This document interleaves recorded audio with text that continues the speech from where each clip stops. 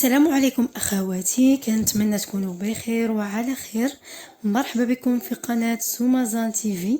اليوم باذن الله غنقوم بتحضير الحريره المغربيه على طريقه الام ديالي، كتجي لذيذه بزاف. بلا ما نطول عليكم نخليكم مع المقادير وطريقه التحضير. انا هنا كانت عندي الطماطم بالزيت، لذلك احتفظت بها في الكونجيلاتور.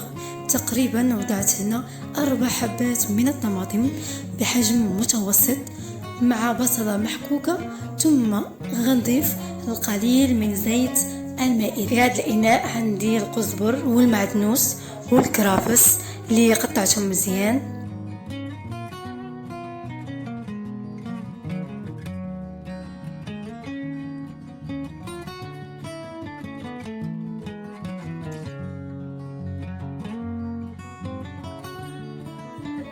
كنضيف الآن ملعقة صغيرة من الخرقوم أو الكركم، وملعقة من الفلفل الأحمر أو التحميرة، ثم ملعقة من الإبزار أو الفلفل الأسود، وملعقة من سكينجبير أو الزنجبيل، وملعقة من الملح.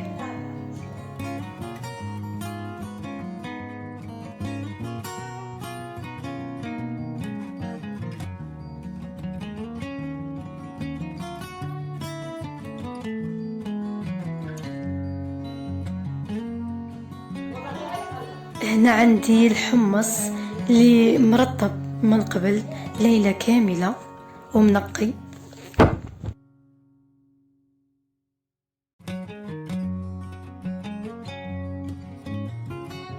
غنوضع طنجرة الضغط فوق النار، وهنا انا زدت قطعة صغيرة من اللحم ونخلي هذا الشيء حتى يغلى، ونضيف القزبر والمعدنوس والكرافس اللي قطعت من قبل، ونزيد تقريبا لتر من الماء.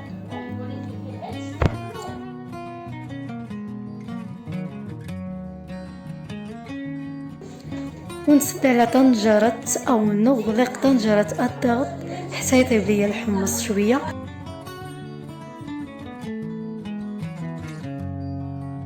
هنا من بعد ما طاب لينا الحمص شويه نضيفو العدس اللي سلقته من قبل، نخلي العدس ديالي يكمل الطياب ديالو مع باقي المكونات تقريبا من 5 إلى 10 دقائق. غنحتاج هنا ملعقتين كبيرتين من الطماطم المركزه، وهنا خلطت الدقيق الابيض مع الماء حتى نحصلوا على عجين سائل وعاقد شويه. غنضيف ضامة بنة الدجاج والطماطم المركزة.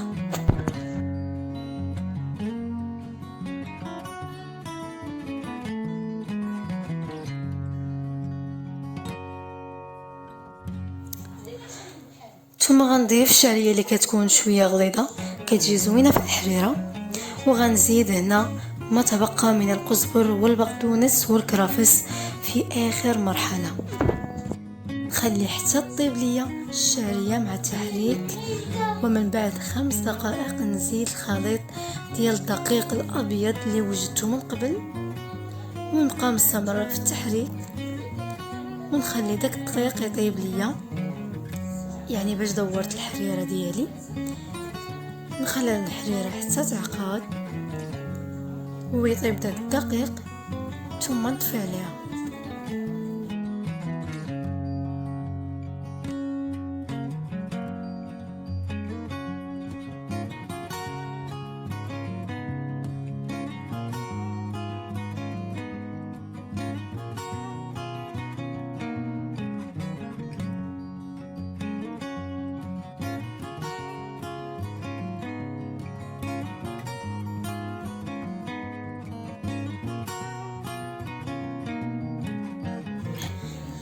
الحريره ديالنا هي وجدات، صراحه كتجي لذيذه بزاف وبغيتكم تجربوها بهذه الطريقه.